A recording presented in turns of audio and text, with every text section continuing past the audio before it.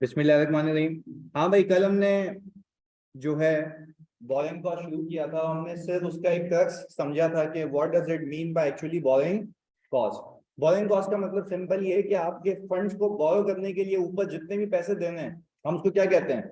Borrowing cost कहते हैं। अच्छा भाई, फिर मैंने ये कॉन्सेप्ट दिया था कि आपको एसेट में अपनी आने वाली हर डायरेक्टली एट्रीब्यूटेबल कॉस्ट को क्या करना है? कैपिटलाइज करना है। तो हमने कहा था कोई आपसे पूछे कि आपने ये एसेट कितने का परचेज किया, तो आप ये बोलेंगे भाई ये पैसे तो लगाए लगाए थे, साथ साथ इस एसेट को खरीदने के लिए जो लोन लिया था उसके ऊपर इंटरेस्ट भी दिया। तो टेक्निकली जो मेरा एसेट मुझे पड़ गया वो लगाए हुए पैसे प्लस उसके ऊपर आने वाली बोरिंग कॉस्ट, हमने दोनों को कैपिटलाइज किया था। ऐसा ही है। फिर हमने उसके कुछ उसूल सीखे थे। उसका वन ऑफ उसूल ये था कि आपकी बोरिंग कॉस्ट हो सकता है इनकर होना शुरू हो चुकी हो बट कैपिटलाइज बाद में हो। वो ये सीन था कि भाई आपने जनवरी 1 2000 XYZ को लोन ले लिया और आपने एसेट पे काम शुरू किया उसके बाद। तो मैं कह रहा हूं तो क्या इंटरेस्ट एक्सपेंस अक्रू होना शुरू नहीं होगा? हो जाएगा, पर वो कैपिटलाइज नहीं होगा। कैपिटलाइज सिर्फ उस सूरत में होगा जब एसेट पे काम शुरू हो जाएगा, तब हम कहेंगे कि that expense is directly attributable to the cost of asset, तब हम उसको कैपिटलाइज करेंगे। यहाँ तक कोई क्लैरिटी या कोई मसला क्लियर है? अच्छा भाई, क्विज दिया था एक मैंने, मासूम सा बिल्कुल, उनमें से भी शुरू में 5 नशेइयों के 0 नंबर आया। कोई ऐसा जिसने 0, मतलब कोई ऐसी मसले वाली बात नहीं है शर्माने की, कोई 0 वाला देखो, वरना नाम तो मैं देख सकता हूँ। ये चलो, ये इसने ऑनेस्टली बता दिया। हाँ भाई, और कोई? बाकी सबके पूरे आए थे, किसी ने किया ही नहीं। अच्छा, ऐसे कौन से पीस है जिन्होंने किया ही नहीं? अब ऐसा क्यों, ये बता दो यार। ग्रुप में ऐड नहीं हो तो पहले रिफ्रेशर वाले भी भेजा था, हर जगह भेजा। देखो यार, it's your responsibility to be there in group. सही है जी, प्लीज मैं रिक्वेस्ट कर रहा हूँ, तुम ये देख लो कि अगर रिफ्रेशर वाले हो या इवन मतलब तुम पीआरसी से भी आए हो, अगर तुमने अपने कॉन्सेप्ट्स को टेस्ट नहीं किया, मैं बता रहा हूँ तुम बहुत डेंजर जोन में आ जाओगे। इस पेपर का और ऑडिट का और FAR 2 का तुम रिजल्ट देखो ना, ड्रास्टिक होता है। वो क्यों होता है कि तुम जितने अच्छे कॉन्सेप्ट ले लो, तुम्हें यहाँ तो समझ आ गया ना, तुमने तो टीचर से वो वाला सवाल कर लिया साथ साथ, बट जब नया सिनेरियो आता है तो क्या तुम्हें उसको अडॉप्ट करने की या उसको अप्लाई करने की एबिलिटी है या नहीं? तुम्हें सिर्फ एक ही चीज बताएगी, तुम्हारे क्विजेस। तो रिक्वेस्ट ये आज के बाद प्लीज देखो, मैंने तो तुम्हारे लिए 5,000 का इनाम भी रखा, ऑल दो तुम बहुत अमीर हो सब, तुम्हें पैसे की नीड नहीं है, बट ये कि you have to earn that, मतलब आप मेहनत करें, अब आखिर में हाईएस्ट मार्क्स अचीवर बन जाए तो आपको वो मिल जाएंगे पैसे। तो यार इस नीयत से भी कर सकते हो तुम। सही है जी। और सर कल की क्लास ना ली हो तो आज ले सकते हैं, बिल्कुल ऐसा ना, अगर आप फ्रेशर के हैं तो आप बेशक ले सकते हैं, क्योंकि आपने बोरिंग कॉस्ट का हल्का फुल्का कॉन्सेप्ट किया हुआ होगा। सही है जी। सर रुपीज लिखने से उसने रॉन्ग कर दिया। अच्छा, उसने रुपीज लिख दिया था आपने। अच्छा देखो, वो जो एक तो जो सिस्टम लगाया ना मैंने, उसमें ये है कि मैंने या तो कॉमा था या तो कॉमा नहीं था। जिसने कॉमा के बगैर लिखा उसको भी नंबर मिले, जिसने कॉमा के साथ लिखा उसको भी नंबर मिले। अब ये रुपीज वाली में कहानी नहीं थी, वो भी लिख दूंगा आज के बाद के, उसको मॉडल को ये कह दूंगा कि रुपीज भी लिखे बच्चा तो उसको भी नंबर देना। फिर रुपीज के बाद जो नुक्ता डालेगा उसको भी नंबर देना, रुपीज के बाद नुक्ते के बाद स्पेस देगा उसको भी नंबर देना। तो ये 4 मॉडल हम बना देते हैं। सही है जी। इट्स ऑल अबाउट कि हमें टाइपिंग ज्यादा करनी पड़ेगी उसमें। अच्छा, खुजैमा कह रहे हैं सर ब्लेंडर हो गया था, 4 जीरो के बजाय 3 जीरो लग गए थे। चलें जी, आपने ख्याल रखना है क्योंकि ऑनवर्ड्स आगे आई कैप फुल ऑटोमेशन पे जाने वाला है। मैं आपको मतलब ये वैसे बात बता रहा हूँ, आगे आने वाले साल में, सही है जी, हो सकता है सब मतलब इलेक्ट्रॉनिकली हो जाए, यानी सारे पेपर आपने सॉल्व करना हो, आपने आंसर पुट करना हो। तो ये जरा दिमाग में रखिएगा आपने, मैं उसको पहले ही अडॉप्ट कर चुका हूँ, तो प्लीज यार जरा फोकस के साथ ये चीजें करनी है आपने। सही है जी। अच्छा भाई, पहली क्लास तो हमने कल खत्म की जिसमें हमने ये देखा कि कैपिटलाइजेशन क्यों होती है और कैसे होती है। आज उसके रिलेटेड कोई एडिशनल कॉन्सेप्ट सीख लेते हैं इधर। सर मैंने ये कहा लेट से कि सर जनवरी 1 2019 को लोन ऑब्टेन किया सर 1 मिलियन का। अच्छा आप बोलेंगे सर पहले ये बताएं कि ये लोन किसके लिए लिया है? हमने बोला भाई स्पेसिफिक एसेट के लिए। किसके लिए? स्पेसिफिक एसेट के लिए। चलिए जी, मैंने मान लिया। आज कुछ और जार्गन सीखते हैं इस IS-23 के। वो कहता ये है कि आप लोन लें, सही है जी, और लोन लेके एसेट बनाएं। एसिड क्या करें, बनाएं। तो मैंने कहा जो आप एसिड बना रहे ना, IS 23 के अंदर जिस एसिड की बात होती है उस एसिड को हम कहते हैं क्वालिफाइंग एसिड। सर कल क्यों नहीं बताया? कल क्योंकि हम आपको एक माहौल में इंडल्ज कर रहे थे कि भाई हाँ आपको पहले बोरिंग गॉस का मतलब समझ आए। भाई क्वालिफाइंग एसिड, फिर हम क्वालिफाइंग एसिड की डेफिनेशन में जाते हैं तो वो कहता है कि ये वो एसिड होता है जिसे कंप्लीट होने में सब्सटेंशियल टाइम लगे।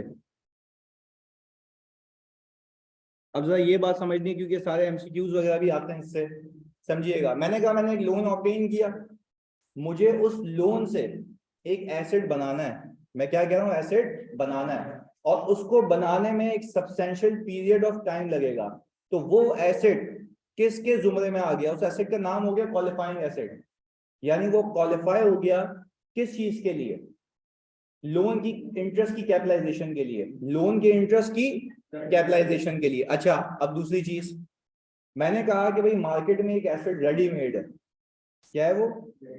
मैंने बैंक से लोन लिया, मैंने वो रेडीमेड एसिड खरीद लिया। जरा मेरी बातों को फोकस करना, इसमें कंफ्यूज नहीं होना।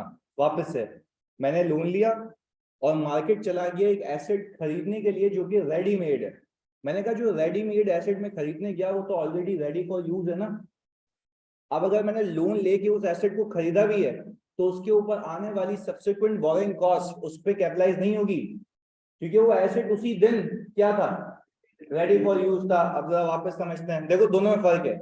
मैंने कहा एक एसेट मैं बनाऊंगा क्योंकि वो अभी एग्जिस्ट नहीं करता, तो वो जब तक बन नहीं जाता तब तक उसके ऊपर आने वाली बोरिंग कॉस्ट क्या होती है, क्योंकि वो रेडी फॉर यूज नहीं है ना, वो डायरेक्टली एट्रीब्यूटेबल है। मैं कह रहा हूँ एक रेडीमेड चीज लेने गए हो तो वो तो तुमने लोन के पैसे से ले ली ना, अब उसके ऊपर जो तुम एडिशनल सूद पे कर रहे हो वो technically time value of money है, वो एसेट की कॉस्ट का पार्ट, क्योंकि एसेट तो उसी वक्त उसी कॉस्ट पे था जितने पे तुमने खरीदा है। पहले बताओ ये बात समझ आई? तो सर दैट मींस कि हमने इसमें दो बाइफरकेशन करनी है। अगर मैं लोन लेता हूं, लेना मना नहीं है, आप बेशक फाइनेंसिंग लें, आप उससे एसेट खरीद रहे हैं या बना रहे हैं, दो अलग अलग बातें हैं। अगर आप एसेट खरीद रहे हैं जो रेडीमेड है तो उसके ऊपर IS 23 अप्लाई नहीं होता। रीजन दे रहा हूँ, IS 23 इसलिए अप्लाई नहीं होता क्योंकि भाई आपने क्या सीखा है कि बोरिंग कॉस्ट कैपिटलाइज होना कब बंद हो जाती है, जब रेडी फॉर यूज हो जाए। तो मैं कह रहा हूँ वो तो ऑलरेडी रेडी फॉर यूज है। तो एक चीज जब ऑलरेडी रेडी फॉर यूज है तो आप क्या उसके ऊपर आने वाला बोरिंग कॉस्ट कैपिटलाइज करेंगे? नहीं सर, उसके ऊपर आने वाली बोरिंग कॉस्ट नहीं होगी, होगी पर वो कहाँ जाएगी? PNL में। तो हो सकता है आपको एक सवाल है जिसमें बोले कि लोन लिए दो लोन, एक एसेट बनाया खरीदने के लिए, एक एसेट बनाने के लिए, तो बोरिंग कॉस्ट किस पे अप्लाई होगी? बनाने वाले पे। बोरिंग कॉस्ट दूसरे लोन पे भी होगी बट वो कैपिटलाइज, क्या ये बात याद रहेगी? चलिए जी, हमने पहली चीज आज की क्लास में सीखी कि एक एसेट को खरीदने के लिए अगर मैं लोन लेता हूं जो रेडीमेड है उसके ऊपर बोरिंग कॉस्ट इनकर तो होगी बट वो कैपिटलाइज नहीं होगी। और दूसरी चीज कि अगर मैं लोन लेता हूं और एक एसेट खुद बनाता हूं जो कि अभी एग्जिस्ट नहीं करता, तो उस केस के अंदर वो जब तक कंप्लीट नहीं हो जाता तब तक उसके ऊपर आने वाली बोरिंग कॉस्ट क्या होगी? कैपिटलाइज होगी, क्योंकि मैं खुद कह रहा हूँ क्योंकि वो डायरेक्टली एट्रीब्यूटेबल कॉस्ट है। तुम खुद देखो एक रेडीमेड एसेट है, तुम कह सकते हो डायरेक्टली एट्रीब्यूटेबल है? नहीं, क्योंकि उसके तो पैसे उतने ही थे जितने तुमने लोन लेके बस खरीद लिया। उसके ऊपर आने वाली जो एडिशनल कॉस्ट है वो टाइम वैल्यू ऑफ मनी है, वो तुम्हारे उधार लेने पे, दैट्स इट, वो कैपिटलाइज नहीं होगी। तो सर पहला कॉन्सेप्ट आज की क्लास का ये है कि बोरिंग कॉस्ट IS 23 का कॉन्सेप्ट अप्लाई होता है कौन से एसेट्स पे?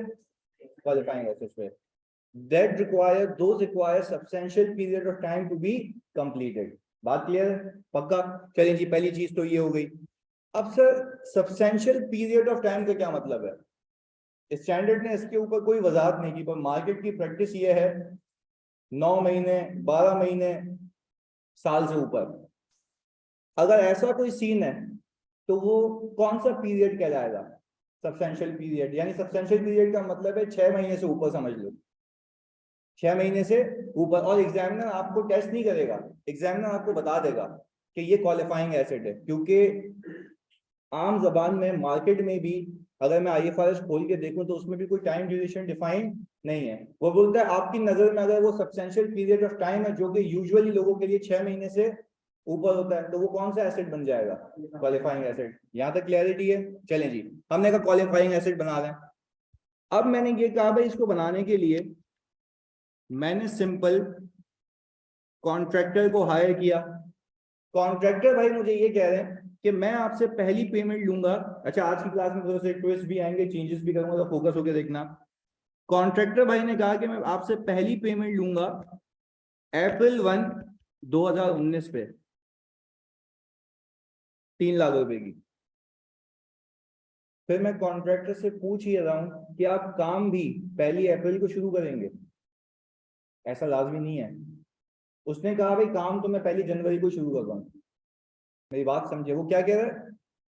काम जो है मैं 1 जनवरी से शुरू करता हूँ। देखो बाज़ औक़ात ऐसा होता है ना कि या तो ऐसा कॉन्ट्रैक्टर होता है जो आपसे पहले एडवांस लेता है, या तो एक ऐसा हो गया, या तो इस नेचर का, इस नौयत का कॉन्ट्रैक्टर होगा जो बोलेगा मैं काम शुरू कर रहा हूँ, आप पहली पेमेंट 3 महीने बाद करना, जब मेरा इतना खर्चा हो जाएगा मैं आपको बिलिंग कर दूंगा।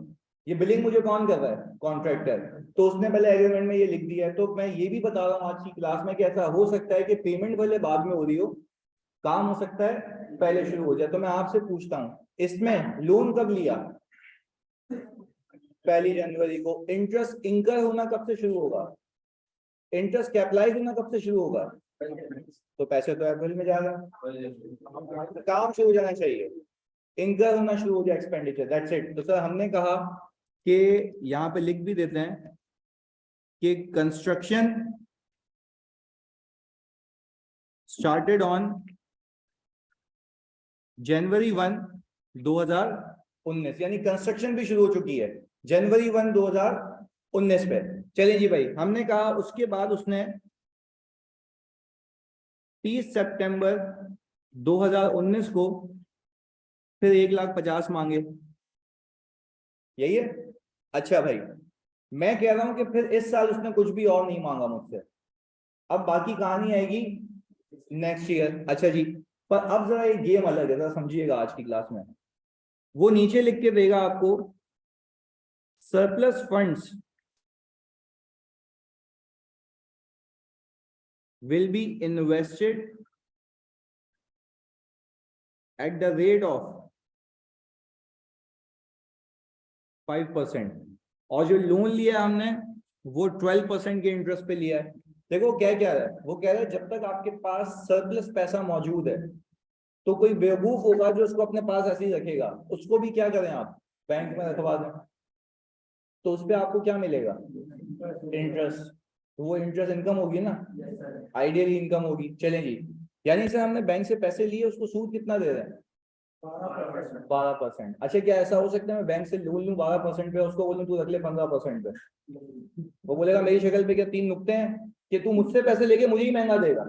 भाई हमारा तो बिजनेस ही यही है कि हम तुम्हें लोन देते हैं महंगा और आपसे डिपॉजिट लेते हैं सस्ते। बीच का जो स्प्रेड होता है वही तो बैंक की कमाई होती है कि भाई वो लोगों को, आवाम को जो पैसे देता है वो महंगे रेट में देता है, वो उसकी इनकम है बैंक की, और जो वो हमसे पैसे लेता है वो बैंक का क्या है? एक्सपेंस है। हमारा उल्टा है, जो हम लोन लेते हैं वो हमारा एक्सपेंस है, जो हम पैसे डिपॉजिट करते हैं वो हमारी इनकम है। तो सर इस सिनेरियो में पहले ये बताओ कि पूरी कहानी समझ आ रही है कि आपने क्वालिफाइंग एसेट का मतलब समझ लिया, आपने ये समझ लिया कि आपने लोन ले लिया है 1 जनवरी को, 12% के इंटरेस्ट पे मिला है, और आप जब तक आपके पास सरप्लस पैसा होगा आप उस सरप्लस पैसे को खाली नहीं रखेंगे, इन्वेस्ट कर देंगे। बात क्लियर है? चलें जी, अब आगे जाने से पहले एक मेन बात बड़ी अहम है। मुझे एक बात बताओ कि जब मैं कहता हूं कि मेरा जो इंटरेस्ट पेबल टू बैंक है वो क्या होता है? कैपिटलाइज होता है। क्या मैं कह सकता हूं इंटरेस्ट पेबल टू बैंक मेरा कैपिटलाइज होता है क्योंकि ये मेरी क्या होती है? कॉस्ट होती है। ये बड़ी अहम बात है, इसको तुम्हें समझना है। भाई मैंने कहा मैंने बैंक से लोन लिया, मुझे बैंक को इंटरेस्ट पे करना। आपने कल की क्लास में सीखा, हमने इसको क्या किया था? कैपिटलाइज किया था। तो क्या गलत किया था? नहीं। अब आपको स्टैंडर्ड यहाँ पे रोक के एक चीज कहता है, वो कह रहा है कि भाई तुमने जो लोन लिया था ये उसी लोन पे इंटरेस्ट है ना, आप लोगों ने जो लोन ऑब्टेन किया था ये उसी लोन के ऊपर क्या है, इंटरेस्ट है। अच्छा भाई अब यूं कर लेते हैं, लोन लिया किसके लिए लिया था, एसेट के लिए, तो लोन के जो पैसे लग रहे हैं वो भी कैपिटलाइज होते, तो उसके ऊपर आने वाला इंटरेस्ट भी क्या होता था, कैपिटलाइज। अब जरा बहुत ही अहम बात सिखा रहा हूं, फोकस करना, अभी लिखना नहीं कोई भी, तो सुनो। फिर वो कह रहा है कि यही लोन का पैसा, क्या कह रहा है भाई, यही लोन का पैसा आपके पास मौजूद है, इसी लोन के पैसे को आपने क्या किया, इन्वेस्ट किया, उस पे आपको क्या मिलेगा, रिटर्न मिलेगा। वो कह रहा है भाई देखो अब इस लोन को सोचो, इस लोन की दो स्ट्रीम्स बनाओ, ये रहा, ये लोन अमाउंट है, इस लोन अमाउंट के ऊपर बच्चों आप लोग दो काम कर रहे हैं, एक इंटरेस्ट पे कर रहे हैं और एक इंटरेस्ट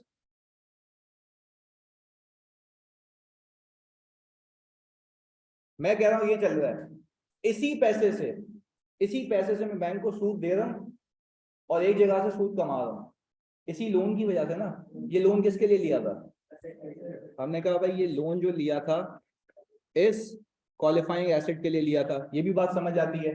अब देखो बात बड़ी लॉजिकल कह रहा है, वो कह रहा है इसी लोन पे आने वाला इंटरेस्ट आप इसके अंदर कैपिटलाइज करते हैं, गलत कह रहा हूं सर, आप इसके अंदर क्या करते हैं, कैपिटलाइज करते हैं। फिर वो बोल रहा है कि भाई ऐसे तो आपका एसेट महंगा हो गया, बोल रहा है इसी लोन पे जो तुम फिर इंटरेस्ट कमा रहे हो वो तुम्हारी इस कॉस्ट की बचत है। वापस समझें बहुत सुकून से, मैं कह रहा हूं कि भाई तुमने लोन लिया, लोन से एसेट बनाना है, मैं कह रहा हूं वो तो कैपिटलाइज होना ही होना है, यानी 1 मिलियन का लोन लिया, 1 मिलियन कॉन्ट्रैक्टर को दूंगा, वो तो कैपिटलाइज होगा ही होगा। उसके ऊपर क्या कैपिटलाइज होगा, बोरिंग कॉस्ट। मैं कह रहा हूं उसके ऊपर आने वाला इंटरेस्ट आप कैपिटलाइज कर रहे हैं, तो इसी लोन की प्रोसीड से जो इनकम कमा रहे हो तो वो भी तो तुम्हारी कॉस्ट की बचत है ना। तो मैं कह रहा हूं वो जो कॉस्ट की बचत है वो मेरे एसेट की वैल्यू को रिड्यूस करेगी, यानी कॉस्ट क्या करेगी, सेव करेगी। अच्छा कॉस्ट क्या करेगी भाई, सेव करेगी। अच्छा आप जरा इसको ना जरा सुकून से समझते हैं कि कॉस्ट कैसे सेव करेगी, जरा 1 मिनट। यूजुअली आप जब इंटरेस्ट कमाते हैं तो उसकी एंट्री क्या बनती है, cash debit interest income credit, usually ये एंट्री बनती है। अच्छा मैं कह रहा हूं अब इस इंटरेस्ट इनकम को कटा के आप बोलना वो मेरी इनकम नहीं है, वो मेरे एसेट की कॉस्ट की बचत है। यानी फॉर एग्जांपल एसेट पे 100 रुपए लगा है, बोरिंग कॉस्ट कैपिटलाइज की 20 की, एसेट कितने का हो गया, 7 एसेट पे कितने लगा है, कैपिटलाइज कितने की है, कितने का हो गया, 120। पर अब आपको स्टैंडर्ड कहता है कि आपने जो सरप्लस फंड्स थे इसी लोन के पैसे से इनकम भी तो कमाई है। वो कह रहा है कि अब ये जो इनकम कमाई लेट से 5 रुपए की, आप उसको पीएनएल में नहीं लेके जाएं, आप उस एसेट की कॉस्ट को क्या करते हैं, रिड्यूस करते हैं। तो वो कह रहा है कि भाई इससे आप CWIP को क्या करना, क्रेडिट कर देना, यानी इंटरेस्ट इनकम टेक्निकली रिप्लेस हो जाएगा किससे, CWIP से। क्योंकि कोई तुमसे पूछे, अगर लॉजिक समझो, कोई तुमसे पूछे तुमने एसेट कितने का खरीदा, तुमने बोला 1 मिलियन दिए थे, या हमारे एग्जांपल में 100 रुपए दिए थे, हमने कहा, वो पूछे से 100 दिए थे, बोला नहीं उसके ऊपर आने वाला सूद दिया था कितने का, 20 का, बोलेगा बस, बोलूंगा नहीं उस पर कुछ बचत भी हुई थी कितने की, 5 की, तो वो बोलेगा सीधा बोलना नेट कितने का पड़ गया, 115 का। तो वो सिंपल ये कह रहा है कि भाई उसके ऊपर आने वाली जो इंटरेस्ट इनकम है वो पीएनएल में जाएगी या एसेट की कॉस्ट में नेट जाएगी, क्योंकि वो टेक्निकली उसी लोन से जो इंटरेस्ट तुम पे कर रहे थे और उसी लोन पे जो पैसा तुमने कमाया वो उसकी बचत है। तो सिंपल रखते हैं ना सर, एक्सपेंस कैपिटलाइज होगा, इनकम नेट होगी, साथ साथ बोलो, एक्सपेंस इनकम पीएनएल में, क्योंकि आप एसेट की कैपिटलाइजेशन निकाल रहे हैं। तो हम ये कहें कि एसेट को बनाने के लिए जितना एडिशनल पे करूंगा वो कैपिटलाइज होगा, और उसी एसेट का जो पैसा लिया हुआ है उस पर जो इनकम आएगी वो मेरी इनकम होगी या कॉस्ट की बचत होगी, तो वो टेक्निकली उसमें क्या हो जाएगी, नेट हो जाएगी। यहाँ तक क्लैरिटी है, प्लीज इसको कॉपी करें, थोड़ी राइटिंग अजीब सी है but you have to manage. या ऑनलाइन वालों क्लियर है ये, तुम कुछ बोल नहीं रहे, दिल बैठा जा रहा है भाई, जल्दी से बता दो, क्लियर है, वाह भाई।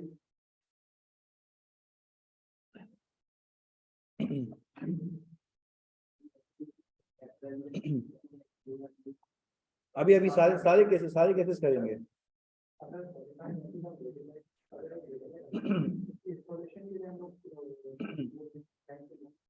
देखो ये एक सवाल है, इन्होंने कहा कि सर एक रेडीमेड एसिड है, सही है जी, हमने उसकी इंस्टॉलेशन के लिए लोन लिया, कितने टाइम में इंस्टॉल होगा?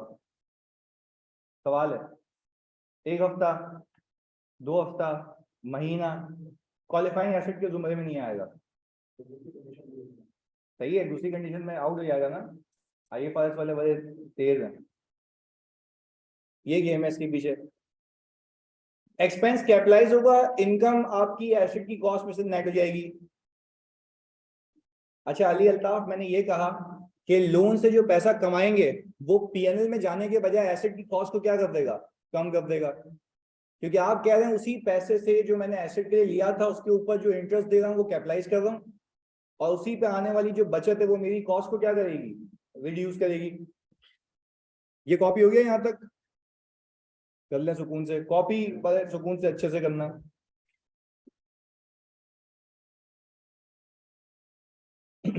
अली क्लियर है तुम्हें ये बात?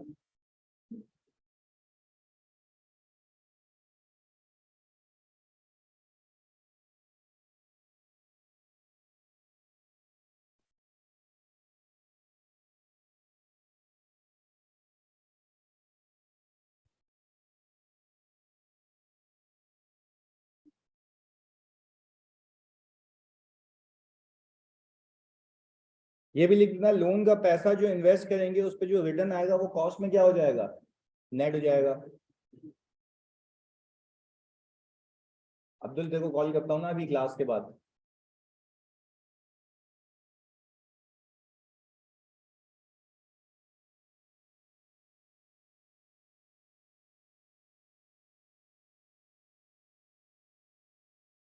आ जानी, बाइक खराब हो गई थी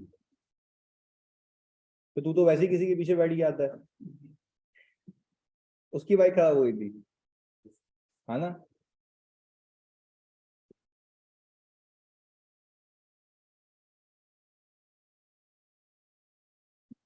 यार ये हो गया कॉपी, इतना भी लिखना काफी है। ये लोन पे interest payable to bank capitalize होता है, और लोन का पैसा इन्वेस्ट करें जो उसके ऊपर रिटर्न आएगा वो कॉस्ट में नेट हो जाएगा। ये कॉपी करें तो फिर हम इसकी approach with respect to question देखते हैं।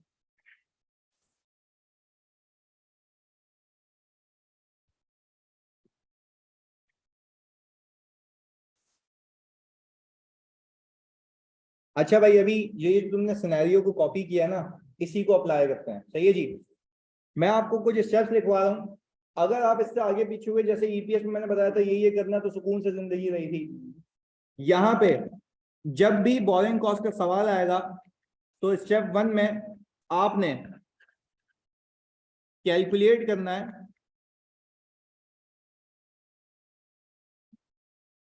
Boring cost to B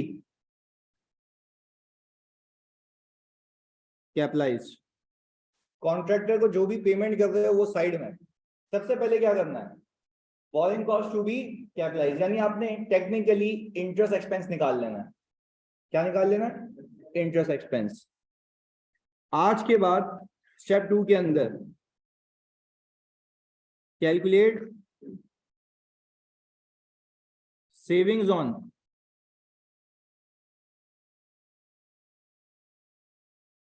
investment made from surplus funds. भाई यही दो चीजें काम की है ना, कि एक एक्सपेंस कैपिटलाइज होता है, उसके ऊपर आने वाली इनकम क्या होती है? नेट हो जाती है। तो पहले वही कह रहा हूँ कि एक्सपेंस निकाल लो, फिर क्या निकाल लेना? इनकम। तो आप, कोई बच्चा लेटा हुआ घर पे सोच रहा है कि सर पहले ये कर लो, तो क्या मसला है? हो सकता है कि लोन की रीपेमेंट्स हो, तो आपको रीपेमेंट ऊपर पहले स्टेप में पता लग जाएंगी। नहीं ये बात ये समझ, देखो अब तक तुमने जितने भी सवाल किए उसमें लोन का 1 रुपया भी रीपे नहीं किया था, तो अगर कोई रीपेमेंट हुई तो एक्सपेंस निकालते हुए तुम्हें सामने आ जाएगी ना, और फिर तुम आराम से अपनी इनकम की कैलकुलेशन में उसको इनकॉर्पोरेट कर सकते हो ऊपर से उठा के। सही है जी। अभी ये मेरी बातों पे तुम्हें गुस्सा आ रहा होगा, बट हम करेंगे तो प्यार आएगा। सही है जी, आओ देखते हैं। Calculate savings on investment made from the surplus funds. और सर स्टेप 3 तो आप ही बता सकते हैं मुझे। Calculate cost of asset. ये स्टेप्स हैं, मैं आखिर तक भी इसी पे ही इत्तेफाक रखूंगा और यही अप्रोच हम लेके चलेंगे आखिर तक, ताकि हमारा सवाल क्या रहे, कंट्रोल में रहे। इवन मैं तुम्हें अभी एक कॉन्सेप्ट दे दूं, उसके बाद में तुम्हें पास पेपर भी करवा सकता हूँ, मतलब हो सकता है, सही है जी। बट हम इससे एक लेवल ऊपर जाएंगे, हम मल्टीपल सिनेरियोज देखेंगे, मैं इसके अंदर इन्वेस्टमेंट प्रॉपर्टी को भी चिपकाऊंगा, तो ये सारी चीजें आगे जी। सर मैंने ये कहा इस सवाल के अंदर मैंने आपको सबसे पहले क्या कहा है, क्या आप क्या निकाल लें, इंटरेस्ट एक्सपेंस। अच्छा पहले तो सवाल में देख के बताओ, क्या तुमने बैंक को 1 रुपया भी रीपे किया है? हमने क्योंकि अब तक सीखा नहीं है। तो बैंक को जब 1 रुपया भी रीपे नहीं किया, बैंक को जब 1 रुपया भी रीपे नहीं किया, तो क्या मैं कह सकता हूं मैंने पूरे साल इस 1 मिलियन पे 12% का इंटरेस्ट दिया होगा फ्रॉम डे 1, सही है जी। हमने कहा कि भाई स्टेप 1 में हम निकाल रहे हैं इंटरेस्ट एक्सपेंस। सर 1 मिलियन का 12% इंटू 12/12 कितना आ गया? ये आ गया सर 1,20,000। आई थिंक के जैसे ही मैंने लोन ऑब्टेन किया है, कंस्ट्रक्शन का काम उसी दिन स्टार्ट हो गया है। तो क्या कुछ पीएनएल में जाएगा या सब कैपिटलाइज? पक्का? तो पेमेंट तो आगे हो रही है, काम शुरू होने का मकसद है। क्लियर है भाई? चलें जी आगे। अब मैंने ये कहा कि भाई अब हम सर सिर्फ इस पे महदूद नहीं रहेंगे, हम करेंगे यहाँ पे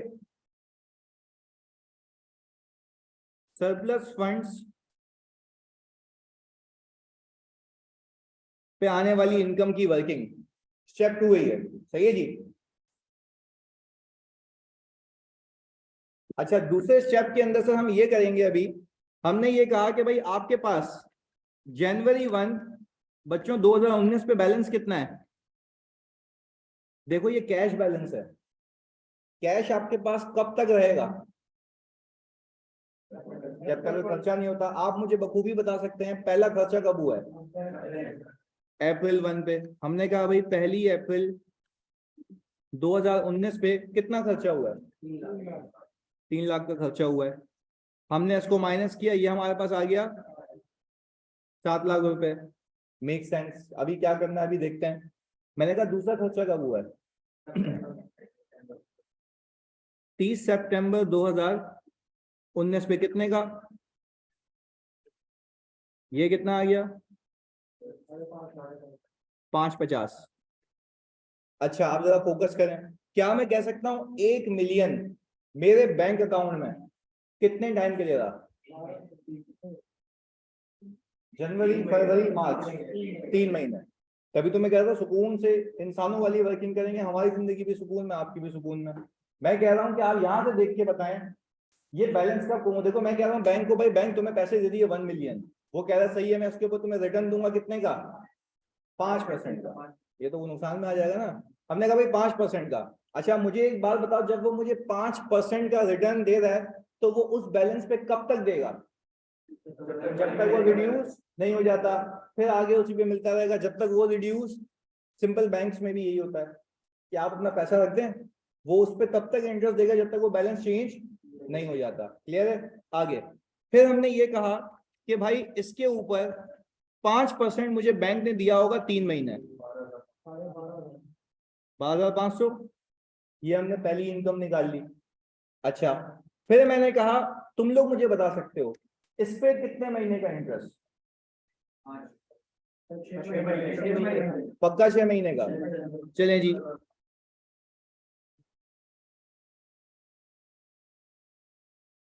अच्छा फिर मुझे कोई बताया कि 550 पे भी इंटरेस्ट मिलेगा? कब तक? 3 महीने का, क्योंकि आपका ईयर एंड है 31 दिसंबर 2019। तो सर हमने किया ये कि इसके ऊपर 6875। आप लोग मुझे बताएं अगर मैं इन तीनों चौरंगियों को प्लस करूं, सिंपल सिंपल सीधा सीधा आंसर आ गया कितना? 36,875। अच्छा अब कोई तुमसे ये पूछे कि भाई क्या ये तुम्हारी 36875 की इनकम है या कॉस्ट की बचत है। चलो देखो, आइडियल सिनेरियो में ये इनकम होती, पर क्योंकि ये लोन लिया था किसके लिए, एसेट के लिए, इसके ऊपर आने वाली बोरिंग कॉस्ट क्या हो रही है, कैपिटलाइज हो रही है, तो इसके ऊपर आने वाली इंटरेस्ट इनकम उसको सेव करेगी, तो एसेट की कॉस्ट में क्या हो जाएगी, ये नेट हो जाएगी। अच्छा अब सर हमने देखे दोनों स्टेप्स में कैसे मजे से आसानी से ये आंसर आ गया, सही है जी। अब हमारा तीसरा काम क्या है, कॉस्ट ऑफ एसेट। हमने कहा भाई कॉस्ट ऑफ एसेट के लिए, और यू कैन से CWIP, सही है जी। अच्छा आज के बाद हम थोड़ा शॉर्टकट पे जाएंगे ना, क्योंकि अब थोड़े से चैंप होते जा रहे हो, आहिस्ता आहिस्ता लेवल को इंक्रीज कर रहे हैं। तो हमने कहा payments to contractor. I think payment to contractor तो मुझे पता है ना, सीधी सीधी कैपिटलाइज होनी है, तो मैं क्यों बेवकूफों की तरह हर दिन की एक एंट्री बनाऊं। हमने सिंपल एक काम किया, कुल मिला के कितने, 450, ये तो कैपिटलाइज होना ही होना है। अच्छा इसके अलावा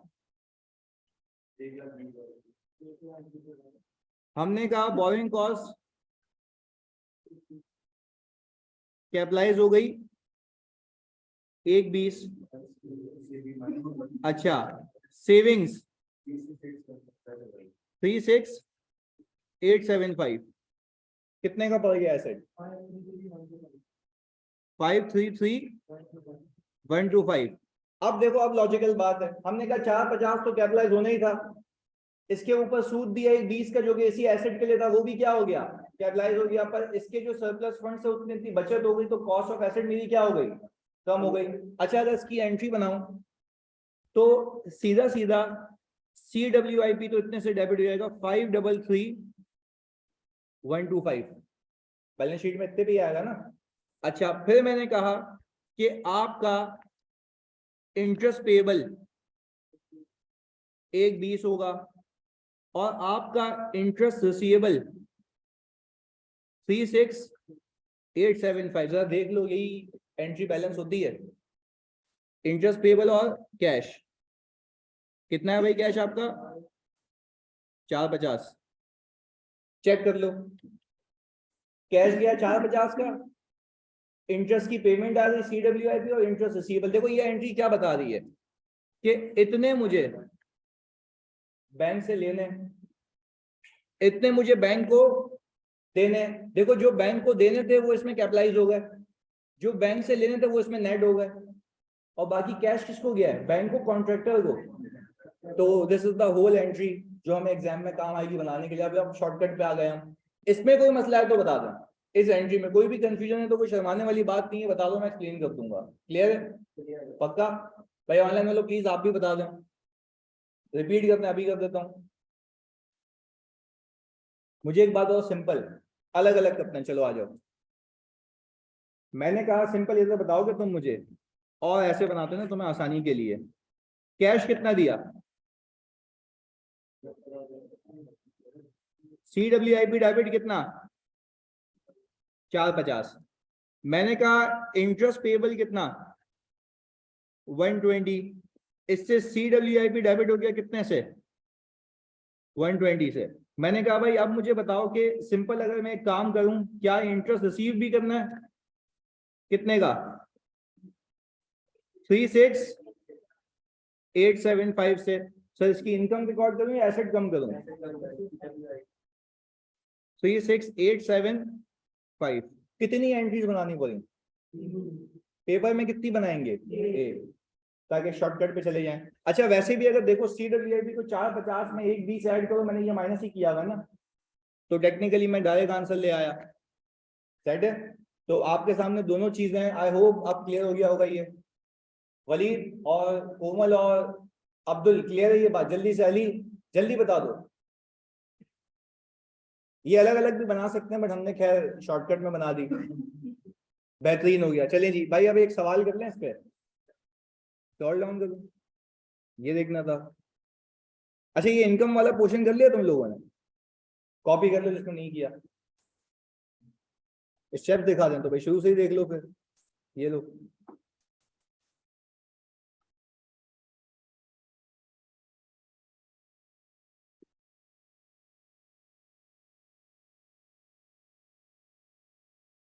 यार अब ये क्विज का रेशियो ना डबल ट्रिपल होना चाहिए, मैं फिर बता रहा हूँ, बहुत लाजमी है पास करने के लिए। मैं कौन सा तुम्हारे यहाँ पे आके नाम ले रहा हूँ कि यार तुम फेल हो गए। और लोग देख के गुस्सा आया कि लाइन से पहले 5 के 0 आए। मैंने कहा वाह भाई वाह।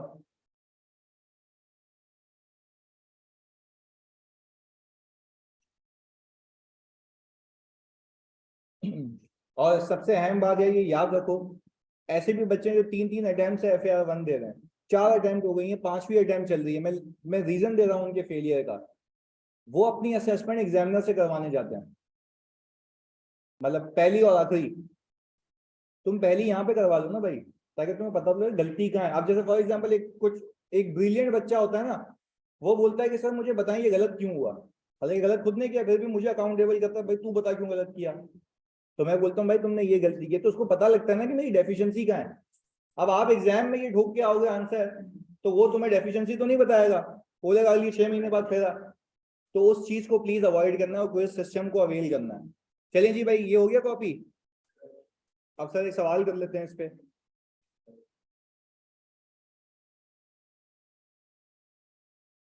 कर रहे हैं ऊपर कॉपी? ओके ये लें। और ऊपर ये, अच्छा स्क्रॉल डाउन करना है ये, और नीचे इसके। एक मिनट बस, ये कॉपी कर लें।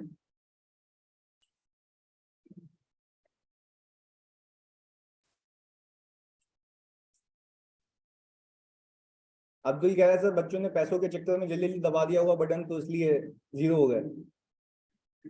यही सोच भी छोटी है अब्दुल।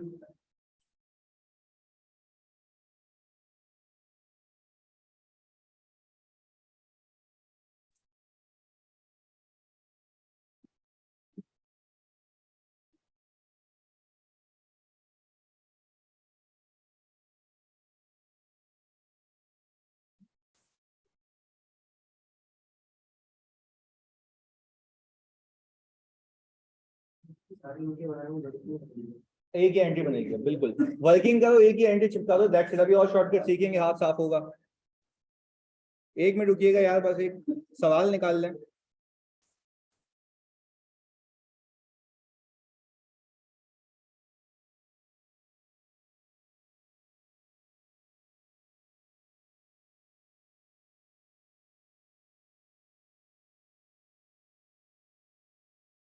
देखते हैं जी आप में से कितने लोग इसको सही करते हैं।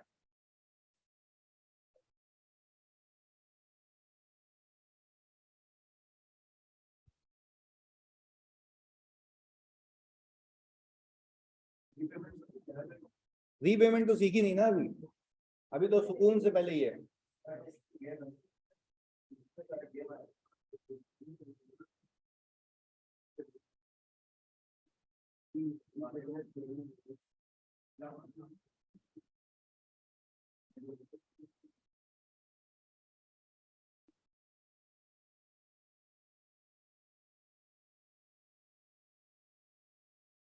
जूम बोला ना, नहीं दिख रहा वहां पे, इसको यूं कर देता हूँ। अब सही है।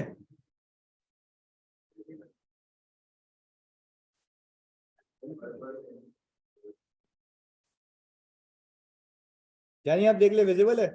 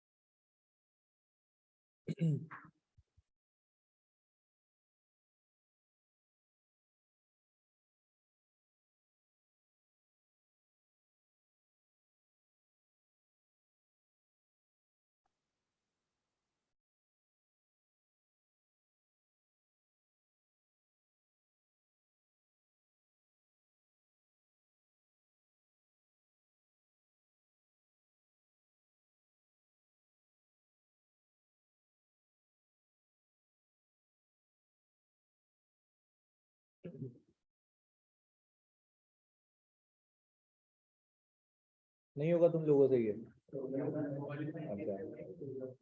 क्वालिफाइंग एसिड बिल्कुल है ये, 6 महीने या उससे ज्यादा।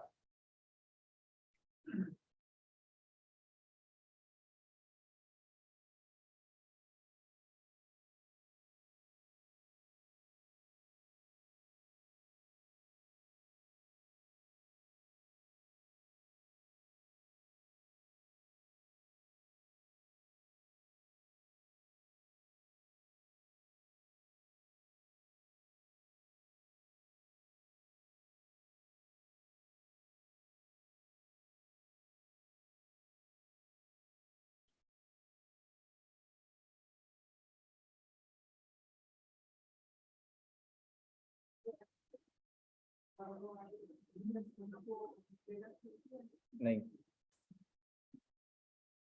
अप्रैल तक की जब एक्सपेंस कैपिटलाइज नहीं होगा तो सेविंग भी नहीं होगी ना, वो भी पीएनएल में जाएगी।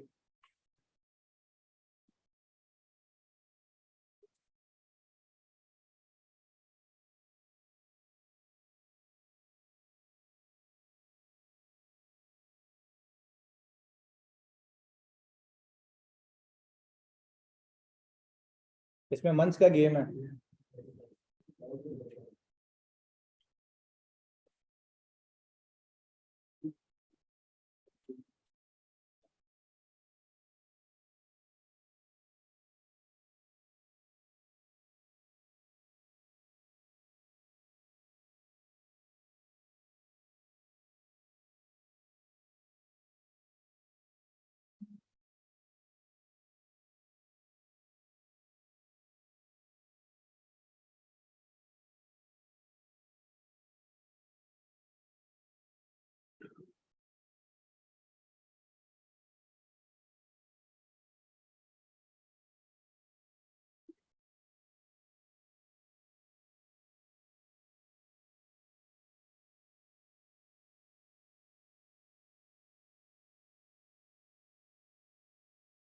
हाँ जी, काहे टेंशन में आ गए भाई।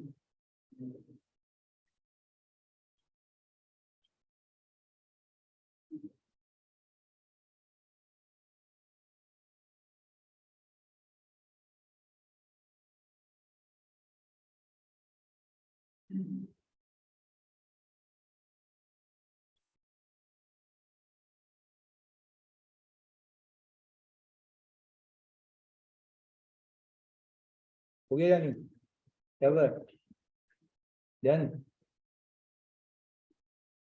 चलो जी, बाकी 2 मिनट और। अब्दुल कह रहे हैं सर 19507, ये क्या निकाला भाई। Borrowing cost to be capitalise.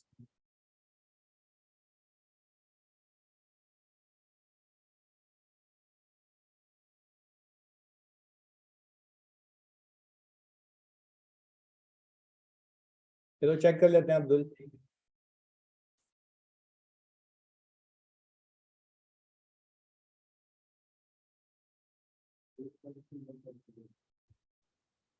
Four five three one five zero. देख 5 लाख से तो ऊपर ही होगी कॉस्ट, ये तो बात तयशुदा है। नहीं, जो ये जो पैसे लगाए हैं 180, चलो देख लेते हैं। यहाँ पे आ रहा 19507, अब्दुल कह रहे हैं। चलिए जी भाई, अगर मैं वैसे देखूं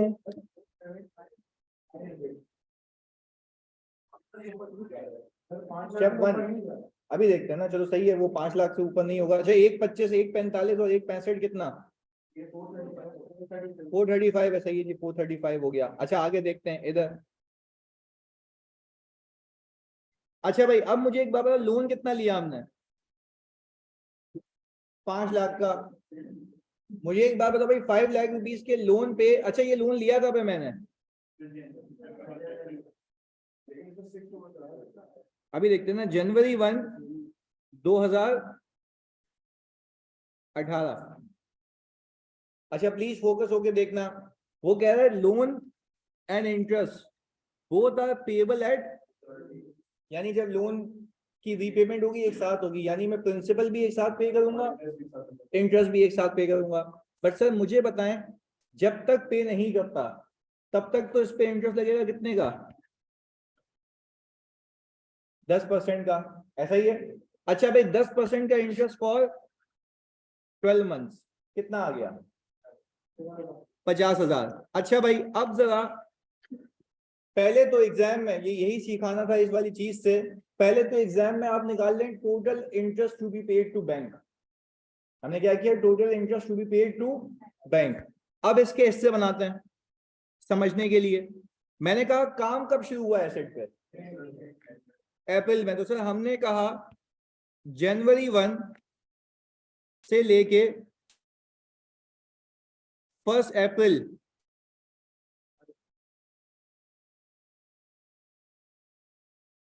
एक्सपेंस आउट, यानी इस ड्यूरेशन का इसके अंदर जो इंटरेस्ट छुपा है वो क्या हो जाएगा? मुझे पता है क्योंकि वो डायरेक्टली एट्रीब्यूटेबल नहीं है।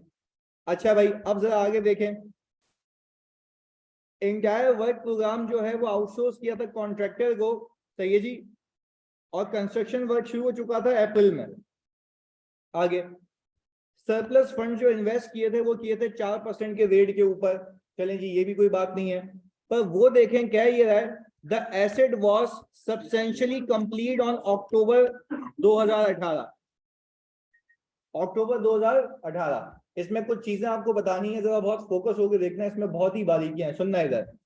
भाई मुझे एक बात बताओ, ये तो बात समझ आ गई, एसेट सब्सटेंशियली कब कंप्लीट हुआ है? अच्छा 1 अक्टूबर को। तो मुझे एक बात बताओ, क्या मैं कह सकता हूं कि अब 1 अप्रैल से लेके अक्टूबर 1 तक कैपिटलाइज होगा? अच्छा बाकी अक्टूबर 1 से लेके एक्सपेंस आउट। अच्छा देखो मुझे इतना पता है कि ये टोटल इंटरेस्ट कॉस्ट है मेरी, इसमें से अगर मैं चाहूं तो 50,000 12 महीने को रिप्रेजेंट कर रहा है, तो अप्रैल में जून जुलाई अगस्त सितंबर, सितंबर 6 महीने हो गए। तो हमने कहा 6/12 कितना? तो हमने कहा कि सर सिर्फ और सिर्फ 25,000 रुपए का जो इंटरेस्ट है वो कैपिटलाइज होगा। कितने लोगों ने ये किया था? Very good. तो क्या ये कंपनी बाकी एंट्री नहीं बनाएगी? बनाएगी। पर देखो सवाल क्या आता है, जब सवाल की थीम समझो, वो बोलता है बैलेंस शीट और पीएनएल के एक्सट्रैक्ट बना के दे दो। तो बैलेंस शीट में जो जाना है तुम्हें वो भी आना चाहिए, पीएनएल में जो जाना है वो भी आना चाहिए, ताकि हम अकॉर्डिंगली रिपोर्टिंग को टच करें आखिर में। चलिए जी ये तो ये काम हो गया यहाँ पे। अब मैं आपसे ये पूछूं, जरा प्लीज फोकस होकर देखना इधर। मैंने कहा कि सर अब बारी आती है सरप्लस फंड्स इनकम की।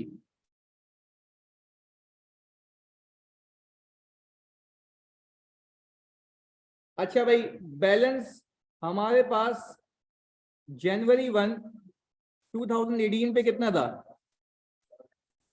अच्छा भाई मुझे बताओ कि ये खर्च कब हुआ? मई 1 को या अप्रैल? अप्रैल में काम शुरू हुआ है। ओके जी। तो आपने कहा कि भाई मई 1 2018 कितने पैसे गए? 120, 125 है। ओके जी सर, ये आ गया 125,000। प्लीज सुनिएगा इधर, मैंने कहा बचे कितने पैसे? 375,000। अच्छा फिर ये 375,000 कब तक है? तो हमने कहा भाई अगस्त भी है, अगस्त 1 2018 कितने? ये कितना, और हमने कहा सर अगस्त के बाद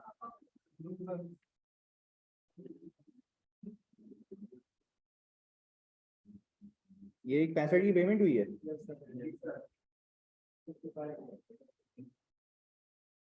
अच्छा सर, अब जरा इनकम की कैलकुलेशन। अच्छा देखो, ये जो अप्रोच है ना मेरी, ये फायदेमंद इसलिए कि तो तुम्हें टोटल अमाउंट भी मिल जाएगी, कैपिटलाइज अमाउंट भी मिल जाएगी। पीएनएल का पीएनएल में ले जाना, बैलेंस शीट का बैलेंस शीट में, तो अलग अलग हिसाब किताब रखने की नीड नहीं होगी, यही सब हो जाएगा इधर। अब मैंने ये कहा कि भाई आप पहले तो ये बता दें, इस पे 4% का इंटरेस्ट कितने महीने मिला, 4 महीने, कितना आ गया 667। ये बाद में डिसाइड करते हैं कि कैपिटलाइज करना है या नहीं करना, या नेट करना है या नहीं करना। पहले तो आप टोटलिटी में वर्किंग करें, मैं इसलिए कहता हूं कि ये स्टेप्स को फॉलो करना है। अच्छा भाई, फिर मुझे पता है कि ये रहा हमारे पास मई जून जुलाई 3 महीने, कितना आ गया जानी 3750। अच्छा, फिर हमने कहा कि इसके ऊपर 4% 1533। अच्छा भाई, फिर ये रहा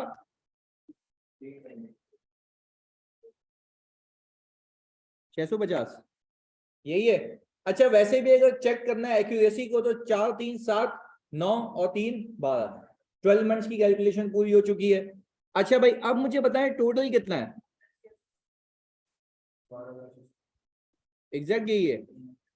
अच्छा, अब जरा गेम देखें भाई, मैं ये कह रहा हूं कि इस 12,600 को क्या मैं टोटल अपनी इंटरेस्ट इनकम कहता हूं? यस, इंटरेस्ट इनकम तो है, बट इसमें से कुछ पीएनएल में जाएगी, कुछ एसेट में नेट हो जाएगी, क्योंकि वो एसेट की बचत करवाएगी। मैं ये कह रहा हूं, सिंपल एक उसूल बनाओ, जिस वक्त का एक्सपेंस कैपिटलाइज होता है उस वक्त की इनकम नेट होती है। भाई जब जब वो डायरेक्टली एट्रीब्यूटेबल था तो वो इंटरेस्ट कैपिटलाइज हो रहा था, और जब जब ये सरप्लस था उस वक्त का वो उस कॉस्ट को क्या करेगा, नेट करेगा। तो क्या मैं कह सकता हूं कि एसेट के ऊपर, तुम लोग मुझे बताओगे काम कब शुरू हुआ है, अप्रैल 1 को। क्या मैं बच्चों ये कह सकता हूं कि इसमें से जो 1 मंथ है 1667, ये कैपिटलाइज में से नेट होगा, और बाकी जो 3 मंथ्स हैं वो कहाँ जाएगी, पीएनएल में। हमने कहा ये CWIP, क्या एग्जाम में हाथ साफ हो जाएगा अभी, ये रहा, बात क्लियर है।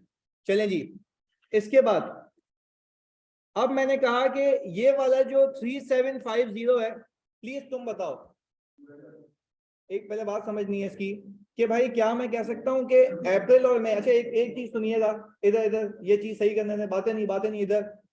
मैंने कहा काम शुरू हुआ है अप्रैल में, सही है, जनवरी फरवरी मार्च और अप्रैल, इसमें एक अप्रैल का महीना है जो कि मैंने क्या करना है, कैपिटलाइजेशन में से नेट करना है, क्योंकि वही वो वक्त था जब वो एसेट की कैपिटलाइजेशन बोरिंग कॉस्ट की शुरू हो चुकी थी। क्लियर है। अब जरा यहाँ पे देखें, यहां पे भी कैपिटलाइजेशन कब से शुरू हुई थी, अप्रैल से, और वहां पे एसेट की कैपिटलाइजेशन नेट भी कब हो रही है, अप्रैल से। तो सर आपने ये पूरे 4 महीने क्यों नहीं किए, क्योंकि काम शुरू नहीं हुआ था, तो क्या इंटरेस्ट इनकम नहीं आ रही थी, आ रही थी, वो कहां जाएगी, पीएनएल में। बात क्लियर है। चलिए जी, इसके बाद मैंने कहा ये 3750 रिप्रेजेंट कर रहा है आई थिंक मई जून जुलाई, ऐसा ही है। तो क्या मैं कह सकता हूं ये पूरा का पूरा CWIP में क्या होगा। अच्छा जरा इसको बताएं, ये रिप्रेजेंट कर रहा है अगस्त सितंबर, कितने महीने, ये भी नेट ऑफ होगा,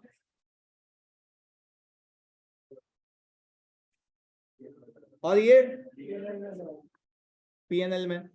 क्या आपको देखो एक बार कैलकुलेशन कर ली है और फिर आपने सिर्फ मंथ को देख के इधर उधर फेंकना है, और आपके पूरे balance sheet PNL Excel code के यहीं से बन जाएंगे। पहले बताओ, बात क्लियर है? चलें जी, इसमें कोई सवाल है ऑनलाइन वाले तो आप पूछ लो पहले। तो कितने लोगों ने सही किया था ये? वेरी गुड यार। और कितने लोगों ने कोई गलती की थी वो स्पेसिफिकली बताओ। पेमेंट मिस हो गई थी। अच्छा कोई ऐसा है, वेरी गुड, उसने सही बताया, जो सब्सटेंशियली कंप्लीट हो गया वहां पे रोक देना था। तो ऐसा तो नहीं आखिरी चौरंगी तक ले गया? नहीं, पक्का? चलें जी, इस बात को याद रखना है। ओके जी सर, अब हमने ये कहा, अली अल्ताफ कह रहे हैं सर 1 मंथ का नेट ऑफ नहीं होगा? कि बेटा किया ना ये 1 मंथ का, ये रहा। अच्छा अब जरा please focus entry wise. Please मुझे एक बात बताओ, मैंने कॉन्ट्रैक्टर को, प्लीज सुनना है, तो एक अहम बात बता रहा हूं इधर। मैंने कॉन्ट्रैक्टर को अब तक पेमेंट्स कितनी की हैं? 4,35,000। ये तो ट्रिकी बात कर रहा हूं, तो फोकस होकर तुम लोगों ने जवाब देना मुझे। मैं फिर रिपीट कर रहा हूं इधर। मैंने कहा कि भाई एसेट का जो टोटल कॉन्ट्रैक्ट है वो कितने का है? 5 लाख का है।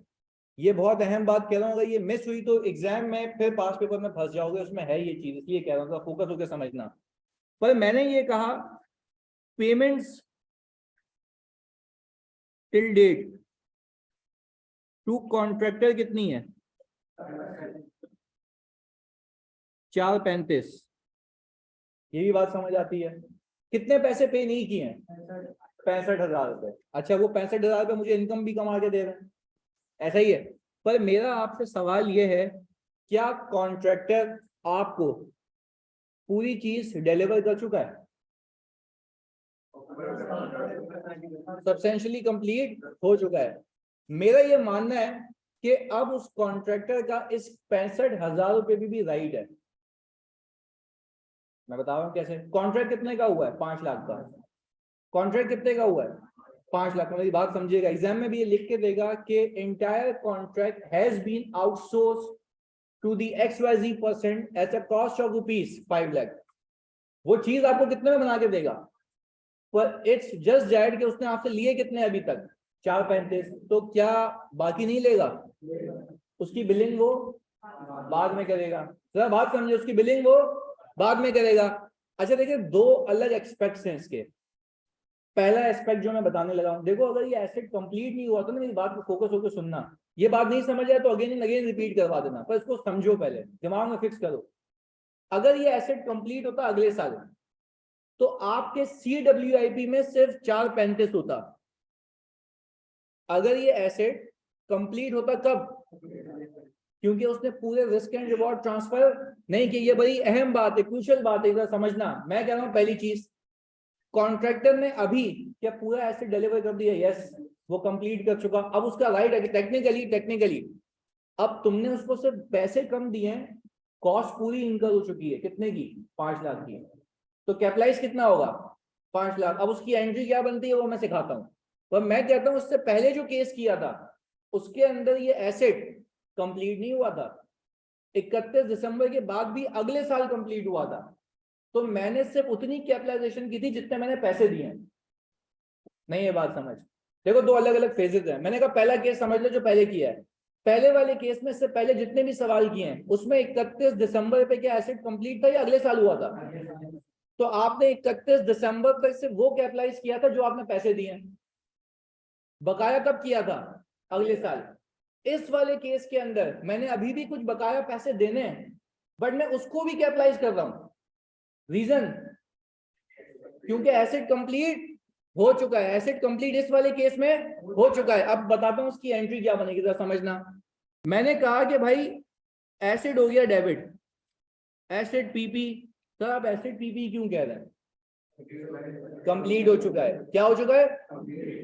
अच्छा, आपने कैश किया क्रेडिट कितने से? बाकी आप क्रिएट करेंगे पेबल टू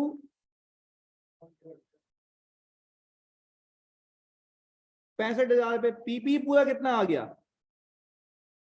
क्योंकि वो ये चीज तुम्हें डिलीवर कर चुका है। बात समझ आ रही है? अच्छा, व्हाट इफ ये एसेट कंप्लीट नहीं होता? तो फिर एंट्री बनती CWIP डेबिट। और कैश क्रेडिट कितने से 435 से, बाकी 65,000 रुपए का उसने तुम्हें चीज डिलीवर नहीं की है तो तुम उसकी एंट्री भी नहीं बनाते, क्योंकि यहाँ पे वो तुम्हें पूरी 5 लाख रुपए की चीज दे चुका है, तो तुम पे एक ऑब्लिगेशन आ गई है कितने की, 65,000 रुपए की। पहले बताओ दोनों में फर्क समझ आया, क्लियर है? अच्छा भाई, यानी ये वो केस है कि आपका कॉन्ट्रैक्ट अगर लेट से, सुनो तुम लोग मुझे बताओगे, अगर कॉन्ट्रैक्ट आपका 1 मिलियन का हुआ है और आपको वो 1 मिलियन की चीज बना के दे चुका है और आपने अब तक पेमेंट्स की है 9 लाख रुपीज की, 1 लाख पेबल आ जाएगा, सब्जेक्ट टू के एसेट डिलीवर हो चुका है। अच्छा व्हाट इफ तुमने अभी तक 9 लाख रुपीज की पेमेंट की है, अब वो एसेट कंप्लीट करके देगा अगले साल, तो पेबल नहीं आएगा, वो कैपिटलाइज भी, इट्स ऑल अबाउट जो चीज तुमने अब तक रिसीव की है। बात क्लियर है? पक्का जी? तो अभी करेंगे ना इसमें 5 लाख में वॉरेंट कॉस्ट नहीं ना बेटा, वो तो अलग से करेंगे ना। ये किसका मामला है? कॉन्ट्रैक्टर का मामला है, अभी बैंक तो हमने घुसाया ही नहीं है। बात क्लियर है? चलिए जी, इधर भाई ये वाली चीज क्लियर हो गई, वरना तो प्लीज कंफर्म करो जल्दी से, बहुत अहम है ये भाई। क्लियर है जी? बिल्कुल, सवाल में लिख के देगा स्पेसिफिकली कि आपने कॉन्ट्रैक्टर से जो कॉन्ट्रैक्ट किया है वो इतनी अमाउंट का किया है, सही है?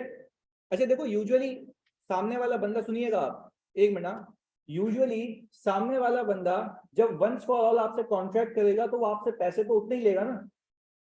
अब उसने अगर कम पैसे लिए आप तक, तो क्या वो बकाया नहीं लेगा? क्योंकि उसने आपको चीज कितने की डिलीवर की, 5 लाख की। मैं कह रहा हूँ पेबल इसलिए अप्रूव हो रहा है इसके अंदर क्योंकि आपको चीज रिसीव हो चुकी है, अब इसमें और कुछ कैपिटलाइज नहीं होना। देखो एक बात बताओ, तुम लोग मुझे समझाओ, इधर सुनो, अगर मैं ये 65,000 रुपए कैपिटलाइज ना करूं, सही है जी, तो तुम लोगों को ये बता रहे हो कि तुम्हें एसेट कितने का पड़ा, 435 का, तो क्या वो बात सही है?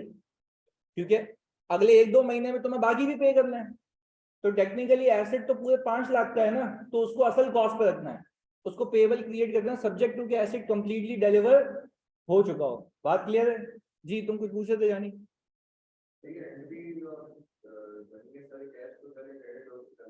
देखो अब एक बात सुने इधर प्लीज, अगर मैं कैश की लेट से 3 एंट्रीज बनाऊं अलग से, उसके अंदर भी पीपी डेबिट CWIP डेबिट या पीपी डेबिट CWIP डेबिट, या एक ही साथ एंट्री कर दूं, बात क्या है? एक ही है। तो मैंने क्या किया कि भाई ऑल टुगेदर एक ही साथ कैश क्रेडिट और CWIP डेबिट कर दिया, क्योंकि अच्छा मुझे बताओ, अकाउंटिंग तुम लोग एक दिन की करते हो पूरे साल की? अब पूरे साल में 3 एंट्रीज बनाऊं या पूरे साल में एक एंट्री बनाऊं? देखो एंट्री स्प्लिट कब होती है? जब बीच में कोई रिपोर्टिंग पीरियड आ जाए। अगर 30 जून तुम्हारा ईयर एंड होता ना, तो तुम कुछ एंट्रीज बनाते पिछले साल में, तो हमें तो इस चीज पे कंट्रोल करना है ताकि इजीली हम अपने पेपर में इसको हैंडल कर पाए। देखो यार, टाइम नहीं होता एग्जाम में, आपने बड़े शॉर्टकट्स अपनाने, जैसे हमने ईपीएस में अपना है, सही है जी? तो यहाँ पे भी हम पहले कैलकुलेशन करेंगे और फिर उस पर हाथ साफ करेंगे कि उसकी एक सिंगल क्यूमुलेटिव एंट्री कैसे बन सकती है। यहाँ तक बात क्लियर है जी? पहले पहले यूं कर लेते हैं, ये लो हमने इसको किया भाई CWIP, सही है? अभी हम फिलहाल यहाँ पे आ गए, हमने कहा कि भाई चलो आओ आगे देखते हैं कि आगे क्या गेम है। इधर सुने, पहले मुझे एक बात बताओ, इधर प्लीज तुम लोग बताओगे। हमने कहा कि भाई अब मैंने दूसरी एंट्री बनाई, इंटरेस्ट पेएबल क्रेडिट, कितने से? मैंने कहा जो इंटरेस्ट पे करना है वो 100% आएगा। क्या तुम्हें पता है कि इसमें से कैपिटलाइज कितना होना है? तो सर हमने कहा कि CWIP डेबिट हो गया कितना, 25,000, तो ये तो एंट्री बैलेंस नहीं हो रही। बाकी PNL में 25,000 रुपए का आ गया ये भाई, बात क्लियर है?